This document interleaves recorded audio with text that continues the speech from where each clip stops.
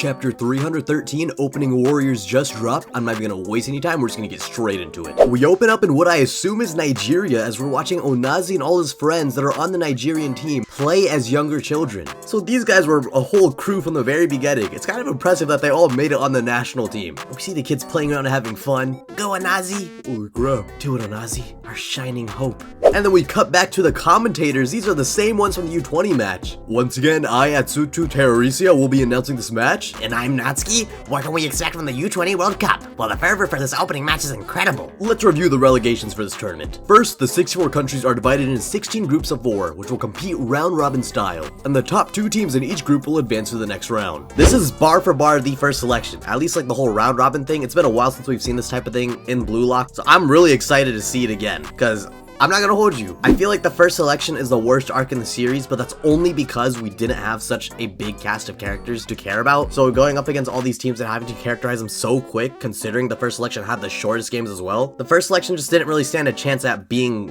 as good as the other arcs that came after. But I feel like with this one, with the same setup, now having a cast this large with games that can be as long as they want now, I think Kanisho can do something extremely special here. That will leave 32 teams in the final tournament, including the playoff match for 3rd place. There will be a total of 128 heated matches of this new era. Also, during the matches, players are permitted to wear these simultaneous interpretation earbuds developed by the Mikage Corporation and utilized during the Neo Egoist League. I can't believe it's finally starting. This is awesome. Let's get pumped. Now then, carving out a future for Japanese soccer are the new chapter of Blue Lock Warriors. Let the U20 World Cup begin. Well, we get a beautiful double spread showing the Japan vs Nigeria kickoff. We see Isagi and Onazi in opposing corners. Isagi, Onazi. They got similar suffixes, both ending in I. I kind of like that. I wonder if their characters are going to reflect each other as well. Well, we'll see, bro. But Nigeria has the ball first, and the ball is black for some reason. Am I tripping? No, the ball is definitely black. Wait, no, okay, let's keep going. Oh, yep, the ball is most definitely black, and the offensive midfielder and also the captain of the team, Kuso, is mixing up the ball as he gets past both Rin and Isagi, but Rin is on his tail, so not yet. Then Kuso speaks. Shortest, fastest,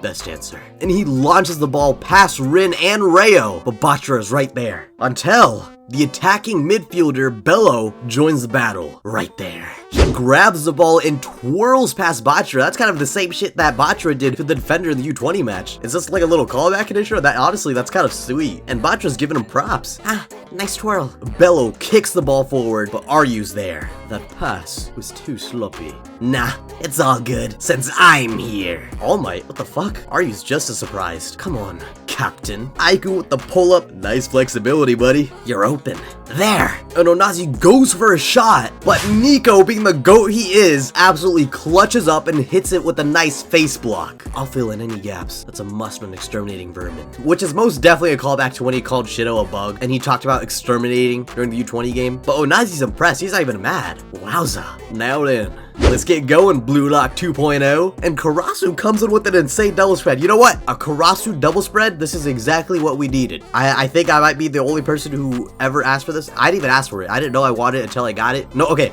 So nobody asked for this, but I'm glad I got it. I'm glad we got it. And I hope you guys are glad we got it too, because honestly, I feel like our boy Karasu deserves more love. And Karasu launches that ball across the field. The commentators going wild. Whoa! They've turned the tables. The ball goes to Yo Hyori. Time to reflect. With just a few touches, they've made it to the front line. And Rin has the ball now. Rinatoshi is slipping past one after another. And goddamn he is. Look at that phantom image, bro. He is mixing the shit out of them. And we got this defender, which, I'm gonna be honest, I do not know how to say that name. I'm gonna call him Obabona for now. And you guys feel free to correct me. I'm glad to change it up if I need to. He's telling Rin, no way.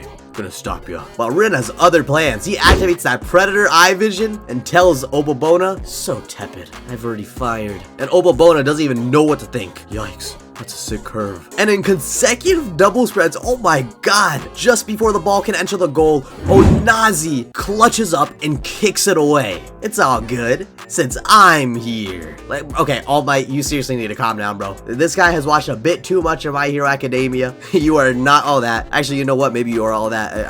I forgot you totally just blocked the shoulders now. And even the commentators are shocked. Whoa! Onazi snapped it. Why was he over there? Both teams are walloping each other with magnificent preemptive strikes. This opening match is a desperate collision of two powerhouses. The crowd is going wild as well. But then finally, we see our GOAT, the main character, Isagi Yoichi. he's in a trance-like state. No, I've already transcended them. I can see a vision of our victory.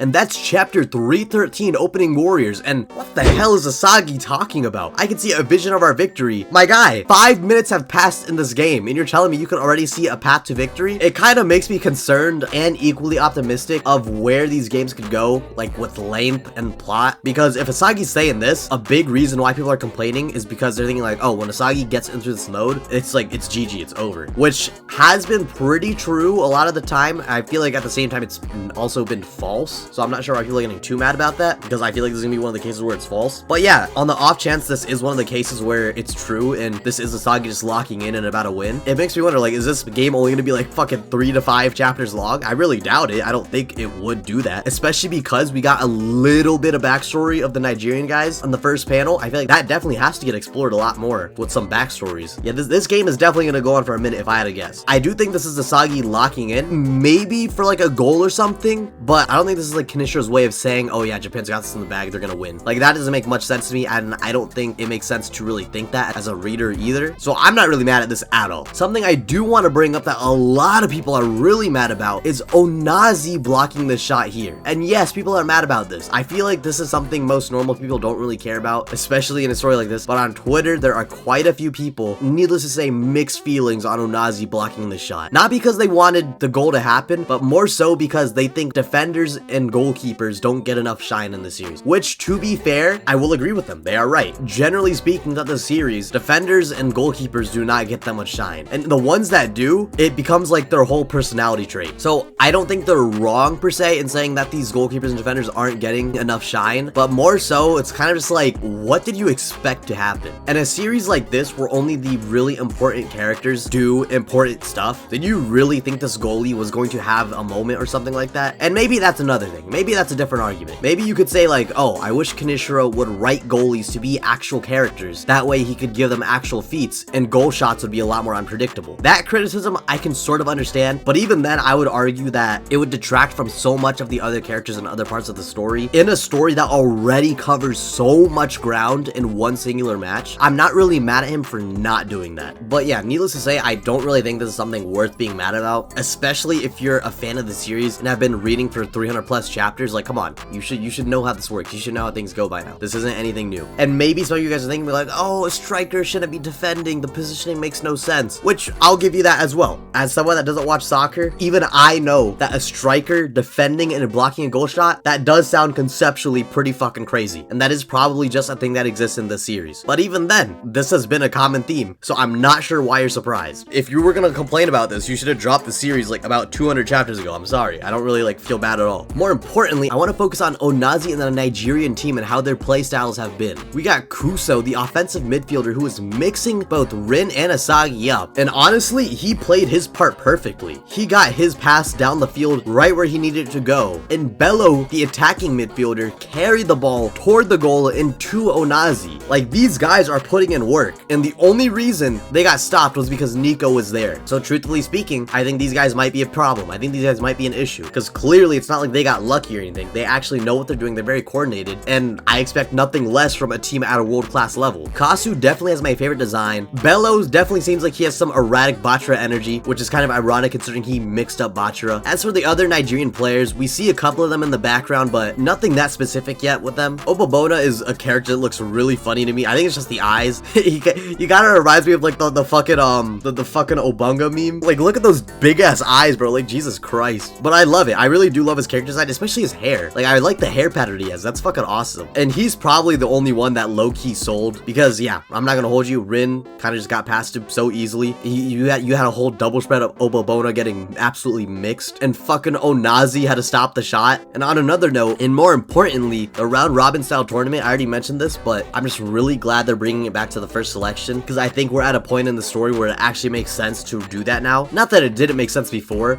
but I feel like it'll just be a lot better now, given that we have such a large cast of characters. And speaking of cast of characters, this opening shot here, calling Onazi their shining hope. I have a feeling this is going to be a tragedy. And I hate to say it, I mean, not really, because I am supporting Japan at the end of the day, but the Nigerian team does seem really nice. None of them seem like dickheads by any means. So I feel like when we see them lose, which is what I believe is going to happen, it's going to be pretty tragic, because from what it looks like here, here, they're gassing up Onazi to be like the guy who's going to bring them to the top. And it seems like they're all making it to the top together, since these are the same guys, I'm assuming. Yeah, like their character designs are bar for bar de-aged versions of themselves. So I do think this is going to be a tragic story for the Nigerian team, but I am excited to see how it plays out nonetheless, and especially with what their specific motives and backstories are. I think Kaneshiro can really cook here. But yeah, I think that'll do it for this chapter. Very action heavy, not much to say outside of what I did, but I hope you guys enjoyed it nonetheless. And if you did, make sure to like, comment, and subscribe, because most of you aren't. It'd mean the world to me if you stuck with me on this journey and subscribed. But yeah, I'll see you in the next one.